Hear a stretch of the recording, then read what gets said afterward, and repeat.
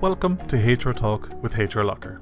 In today's episode, we speak to Cait Lynch, who is a HR advisor with ISME, the Small and Medium Enterprise Association. Cait's current role with ISME involves providing HR support and key content such as guides, templates, and help people to keep up to date on issues related to HR in Ireland, especially for small and medium enterprises. She does this to ensure that they have access to information on all aspects of HR and current legislation, and providing guidance on any HR issues that may arise through the course of their business. And today's main theme of the podcast is returning people to work after COVID-19. Welcome to today's HR Talk podcast.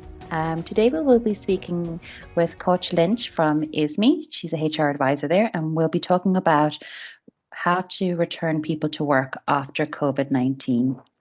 So Cait, we're delighted to have you with us today. Could you introduce yourself to everybody? I think you'll do a better job than me introducing on your behalf. Yeah, no problem. So as Crystal said, I am the HR advisor with ISME, the Irish Small and Medium Enterprise Association. So my role involves providing advice to small and medium enterprises across a huge number of sectors within Ireland on everything HR related.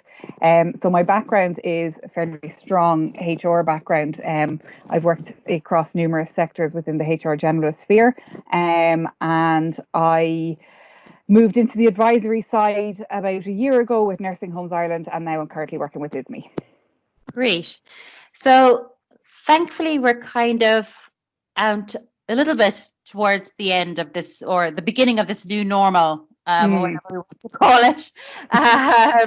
So I suppose the main questions that we are getting, and this is what we spoke about earlier as well, is what we're getting from our customers is, okay, so I can open my business again. I want to return my employees to work and they've been on the government COVID payment. What procedures do I need to follow now to get them to come back to work?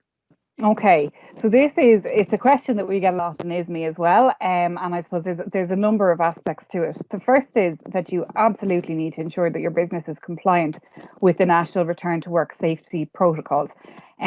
So these are a set of protocols that the government have put together around reopening, and they have a number of measures that you have to have in place. So the first thing you have to do if you're thinking about reopening is you have to complete a risk assessment around COVID-19 and your business. And then you have to, off the back of that risk assessment, you have to compile a COVID-19 response plan. Now, there's a great document on the Health and Safety Authority website. It's a template plan, and it's the template I've used for ourselves in ISME. It's the template I point people to. It's just a very easy to follow one. So that plan covers everything from measures to ensure social distancing. So that can be anything from one-way entry and exit systems, making sure the desks are 2 meters apart. If they can't be 2 meters apart, that you have screens in place, and then down to even silly things like the use of the bathroom, the use of the canteen facilities, all that kind of thing, that you have measures and processes in place to ensure that social distancing can be observed. You also have to have appropriate signage, so that's around the signs and symptoms of COVID-19, hand washing procedures, respiratory etiquette, all that kind of thing. Then you need to look at your cleaning procedures. So there's a requirement within those protocols that you increase your cleaning. So everything should be cleaned at least twice a day and disinfected where necessary.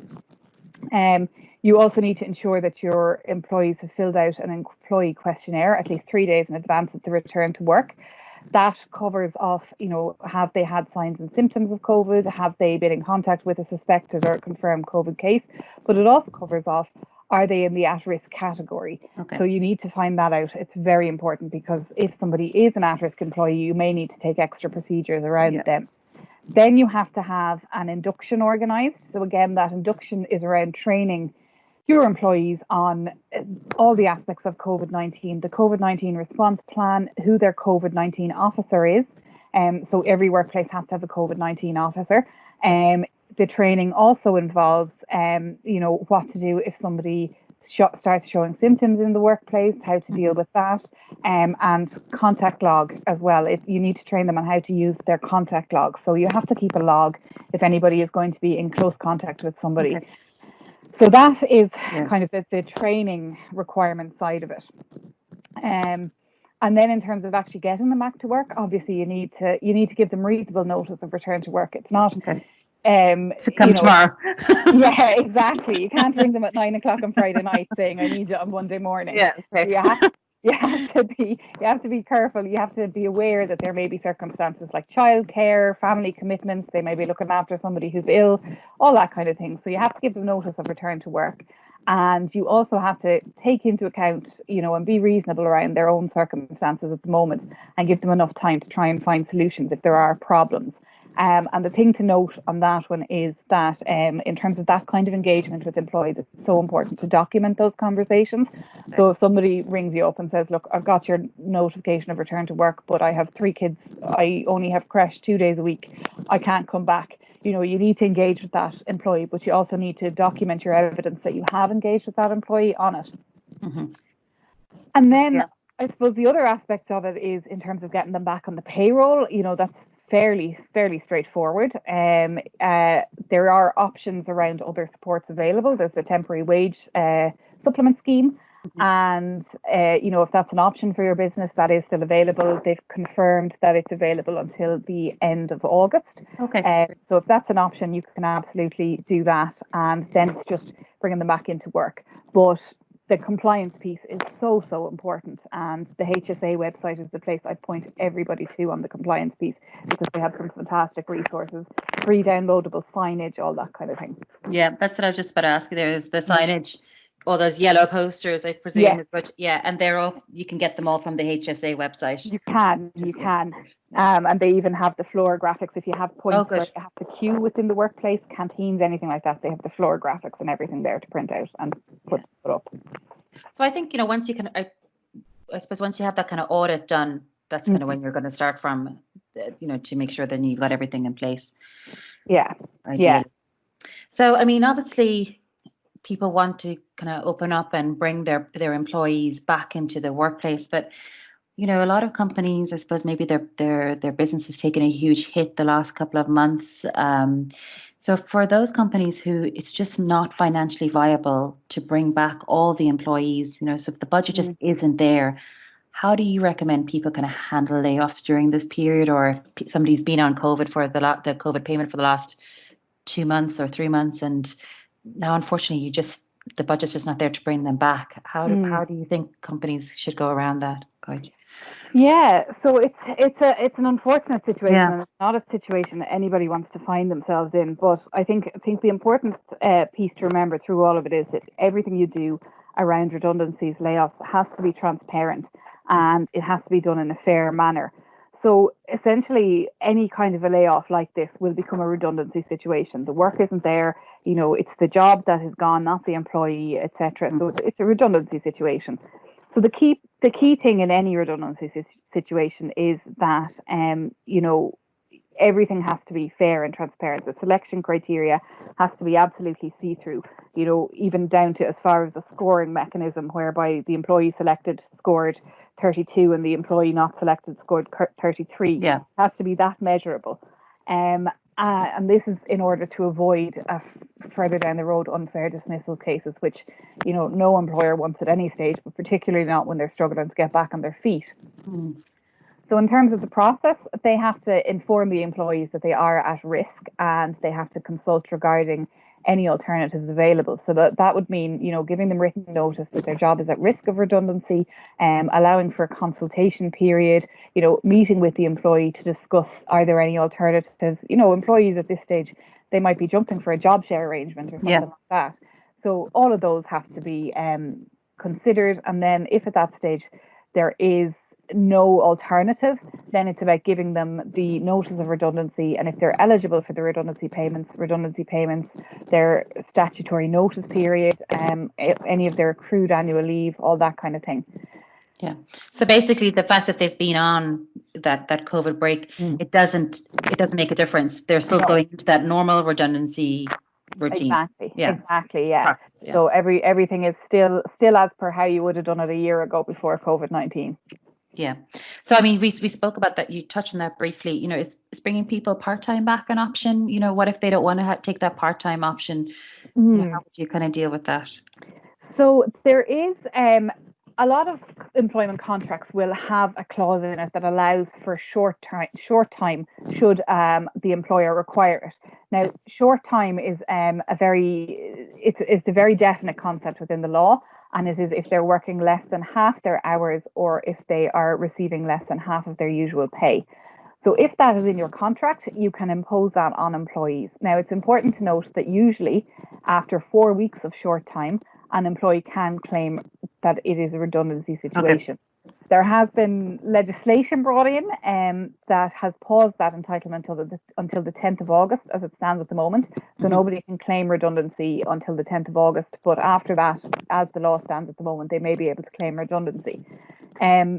If you don't have that clause in your contract, or if you want to bring somebody back, say they normally work 5 days and you want to bring them back for 3, so it's not falling within the definition of short time, it becomes kind of engaging with the employee, and it does have to be negotiated. So you can't impose a unilateral contract change on an employee. They do have to agree with the change, and it does have to be kind of signed off. You have to have evidence that they've agreed with it. So that can be, it can be a bit of a difficult conversation. It can be a bit of an emotional conversation. However, you can go into explaining that the alternatives of this, you're doing this to try and save jobs. The alternatives may be redundancy down the line. So it's going to be an emotional and a tough conversation. But the feedback we're getting in ISME is that a lot of people are happy to take it on a temporary basis at the moment if it means that, the business keeps running and people have jobs to go back to.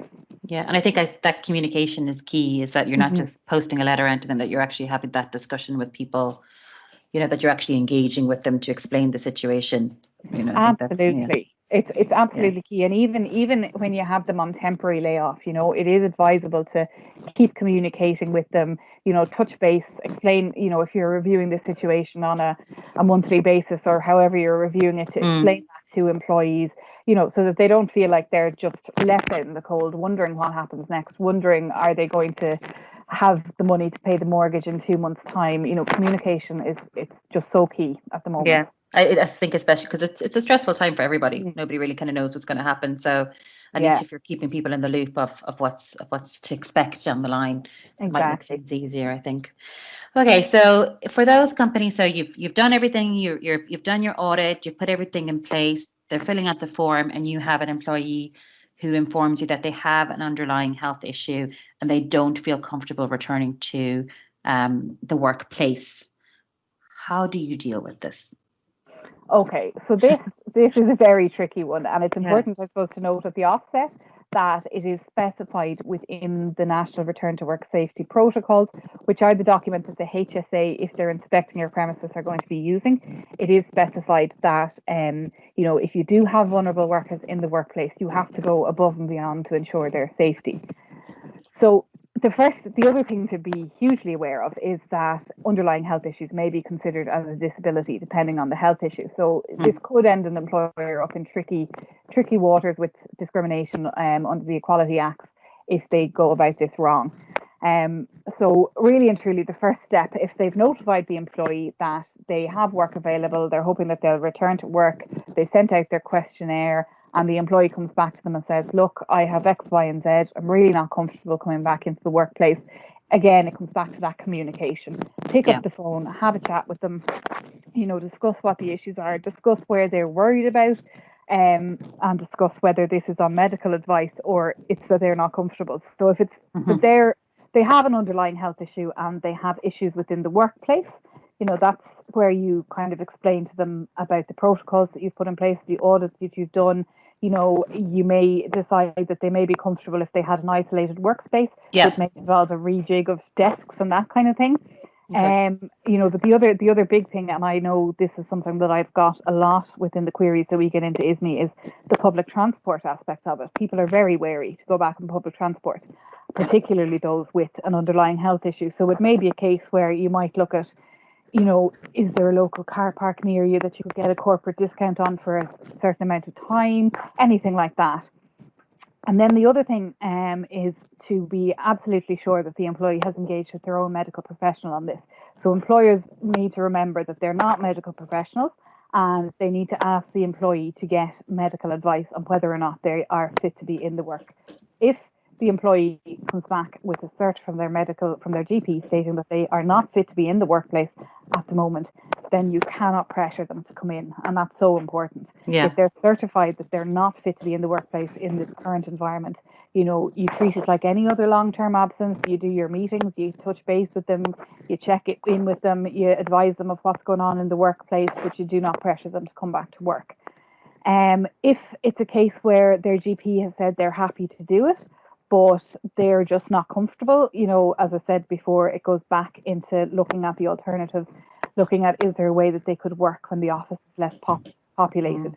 Is there a particular PPE, hand sanitizers at their desks, that you have made provisions whereby there may be a room that's not used that they could use to eat their lunch in, so they're not in with general canteen, all that kind of stuff. So again, it's down to communication, and it's just so important. I think that's the key then for that person who's feeling that anxiety, just to engage with them, exactly. explain what you've put in place, and exactly like I said, maybe maybe the isolated unit or something like that, or just to reassure them that you have screens up, or even if they want to just come in and have a look at the workplace first, or it's really down to that engagement time for that. Yeah. No, it's huge, and it can be. It's what I think employers have to remember, and I think this is something that we're getting at. Employers have been, during all of this, their businesses have been shut. They've been up the walls. They've been trying to figure out how to keep a business going. They've been trying to save the jobs, and then they're finally at a place where they can reopen. But they have to remember that it's hugely concerning for their employees as well. And while you may need this person in the workplace, you also have to remember that they're extremely stressed out. They're worried about this. This is their health, or somebody they live with. It's their health that's at risk. So it's just around the communication and trying to find, a ground where people are understanding each other and where you can go forward from that.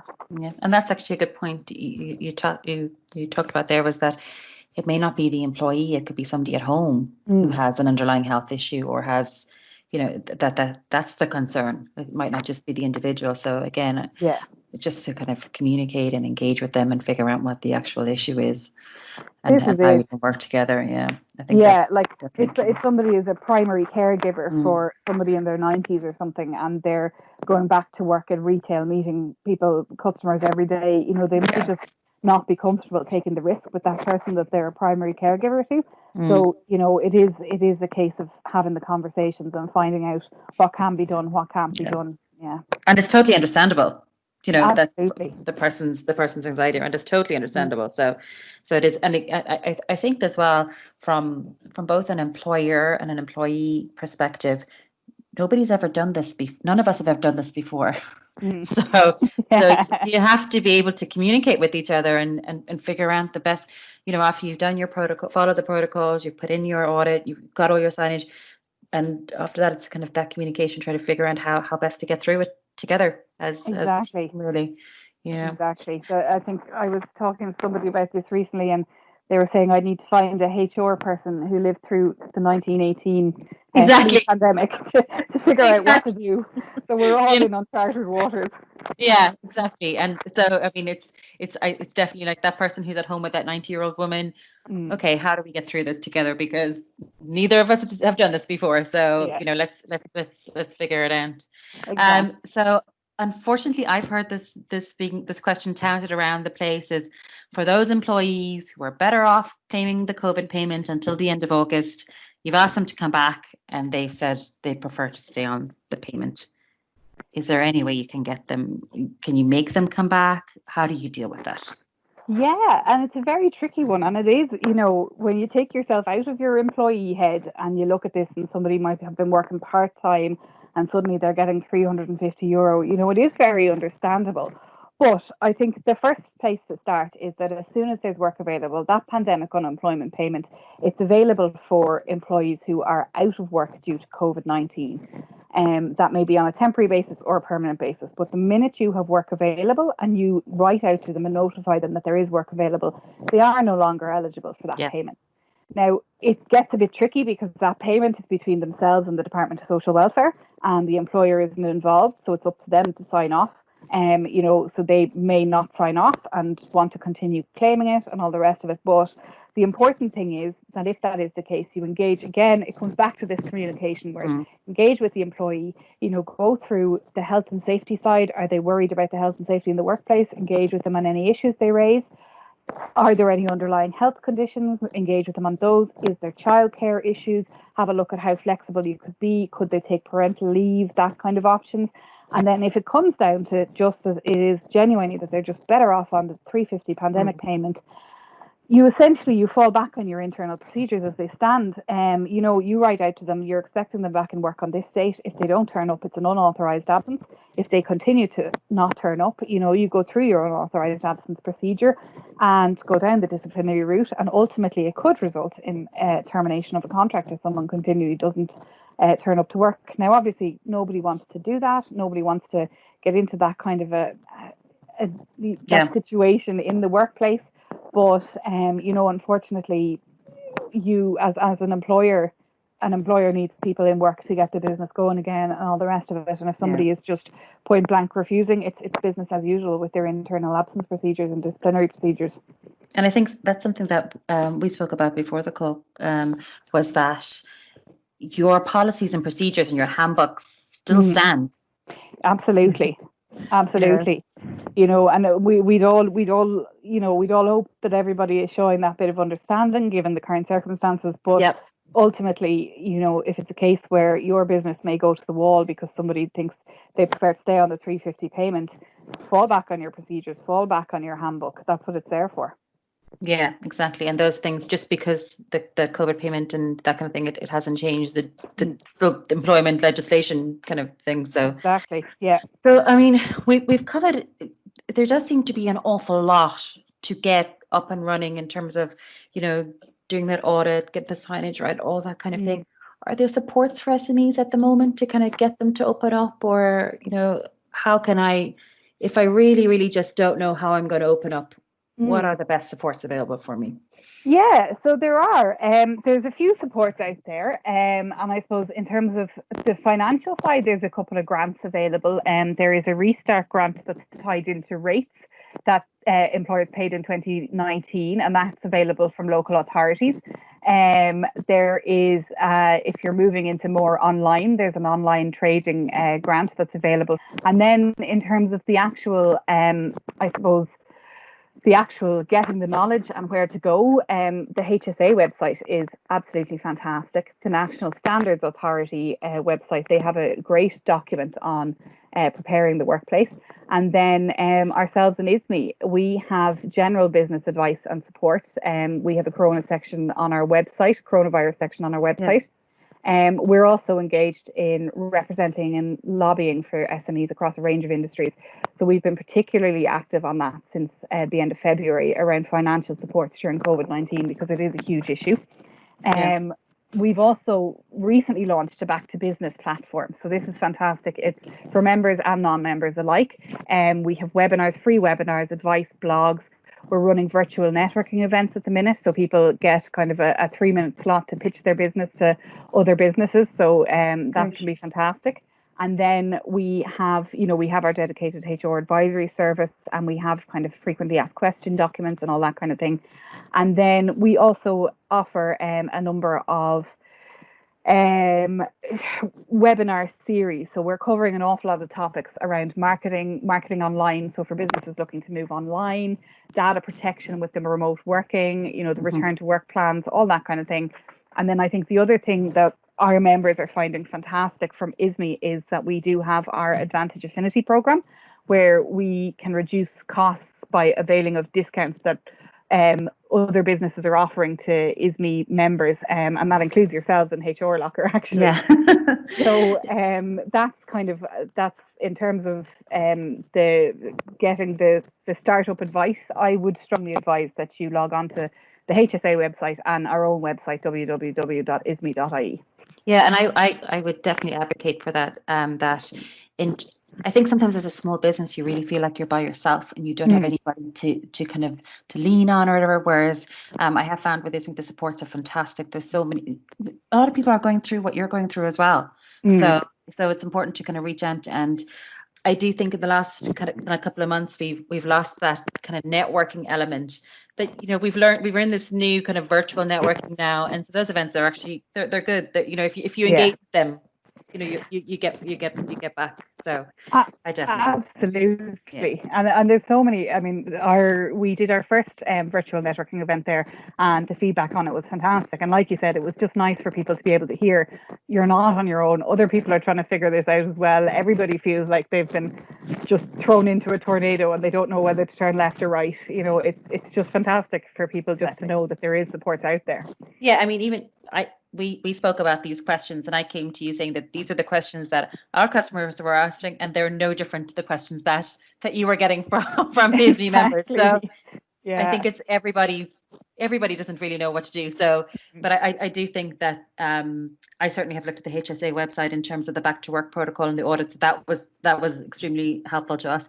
And then definitely in terms of the ISME webinars and stuff like that, I found them very helpful. And like I said, we've listed ourselves as getting 15% off for anybody who is looking for HRLocker or HR software at the moment. But there's a lot. There's great other things. There's different accountancy software and different things as well. So I definitely would advise people to go and have a look.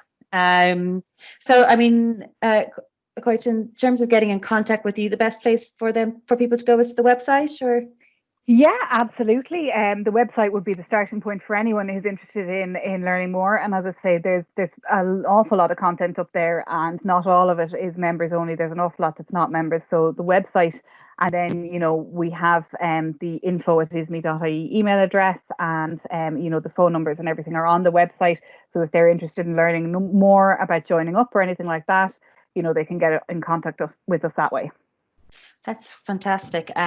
So thank you so much for taking the time out to talk to us. I hope it's given people a lot of information of kind of those steps, you know, guidance and steps of what you need to do to kind of get the business ready to open up. And I do think start with your audit, understand what you need to do next, and just keep following the steps.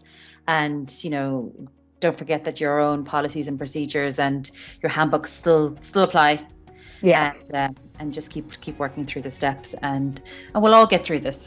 Exactly. We're almost there. Communicate with your employees. I think that's the other big message I'd like people to take from this, is that everybody is human, and just communicate with your employees, and it'll make the process smoother for everyone. Yeah, I couldn't agree more. So thank you very much, and hope everybody enjoyed that. So take care. Thanks a million.